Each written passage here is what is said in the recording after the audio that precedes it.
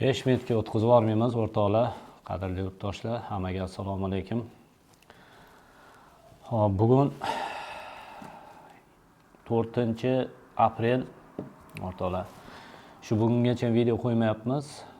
Sabab shuki, o'rtoqlar, 2 ta, 3 ta, 4 ta yoki ba'zida 2 ta, ba'zida bitta odamga vakansiya bo'lib qolib turibdi.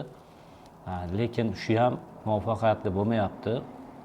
Hozir meni ko'rayotgan, bizga ishga kelgan yoki boshqa joylarda ham borib turib ketib qolayotgan yurtdoshlarimizga bu videorolik, Yevropada yurgan aka-uka birodarlarga.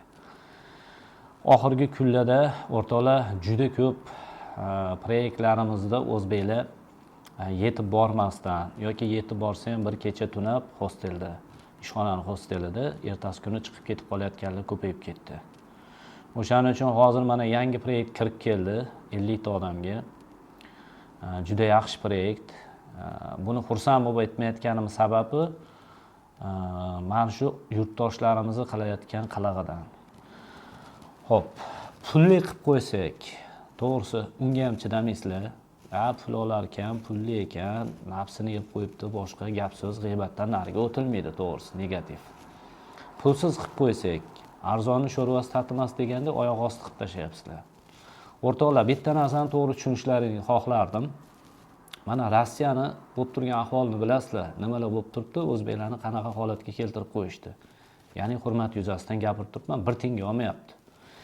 Endi sizlar agar Rossiyani holatini bilib turib, o'tga kelib shunaqa ahvolda yana tartibsizlik qilib, mas'uliyatsizlik qilib, xohlagan joyingizda borib turib, xohlagan ishingizni qilib ketaveradigan bo'lsangiz, ko'pga bormasdan Polsha ham xuddi shu holatga tushadi.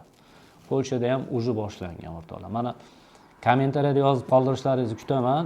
Yevropada yurgan birodarlarimiz, ya'ni bizga o'xshab ishga joylashtirayotgan birodarlarni suhbatini ham oladigan bo'lsak, kommentariyaga bir og'iz yozib qoldiringlar. Hozirgi kunda deyarli 60% zavod, korxonalar O'zbekiston fuqarosini xohlamayapti ishga joylashishini. Aksariyat so'rayotgan xalqi Ukraina, Belorussiya, Moldova, Qozog'iston, Qirg'iziston shunga o'xshagan xalqlarni so'rab turibdi. Meni ro'yxat ichida O'zbekiston yo'q. Sababi bizda har doim shunaqa muammo, tartibsizlik, xohlagan paytda kelib bir kun ishlaymiz, ishlamaymiz yoki proyektgacha yetib bormasdan oformleniya bo'ldinglarmi? O'rtoqlar, siz o'zingizni o'ylamang, bugun keldim, shu bilan ketsam meni hech kim ko'rmaydi, bo'ldi, yuz-yuzga tushmaydi deb. Mayli, siz kelib ketarsiz. Sizni ko'rmasligi ham mumkin. Lekin o'zingizni orqangizdan negativ qoldirib ketasiz. O'zbekka nisbatan sizdan keyin kelgan odamni mensimaydi, bir tiyinga olmaydi. Bu o'zbekmi? Demak, bu ham shunaqa deb tushunadi.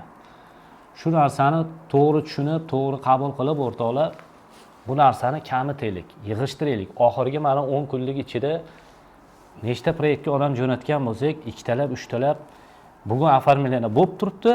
Ertasi kuni hostelga borib yotib, proyektni hosteliga. Indiniga ishga chiqish kerak, ishga chiqmayapti. Mayli, ish yomon deb borib kirib, bir kun ishlab turib ketib qolsa tushunaman. Hali ishga kirmasdan, zavodga borib oyoq qo'ymasdan hostelda o'zidan chiqib ketdi. Bunga sabab, meni bilishim bo'yicha, kechasi yotib internet ko'ratdi, 1 so'm, 2 so'm qimmatiga ish topdi-da, ertalab chiqib ketdi o'sha yerga. Unaqa bo'lmaydi o'rtoqlar. Stabilniy, aniq bitta qarorga keldingizmi, boring o'sha yerga, ishlang.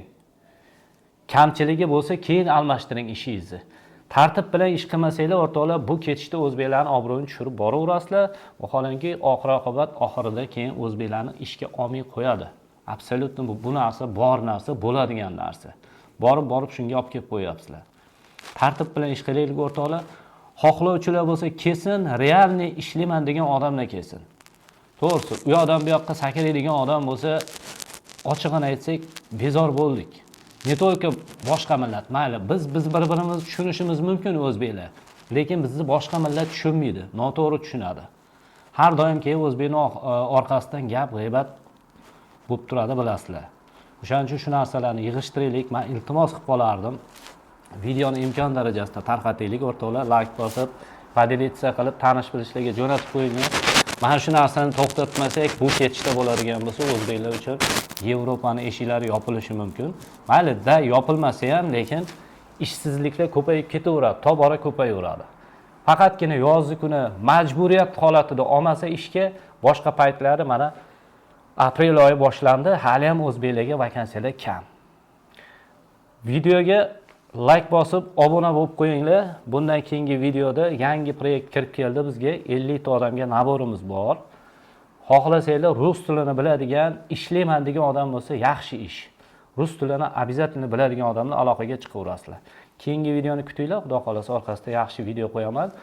Gaplarimni xudo xolasa inobatga olgan holda shu narsaga amal qilinglar, yurtdoshlar. Iltimos qilib qolardim sizlardan. Sog' bo'lasizlar, salomat bo'lasizlar.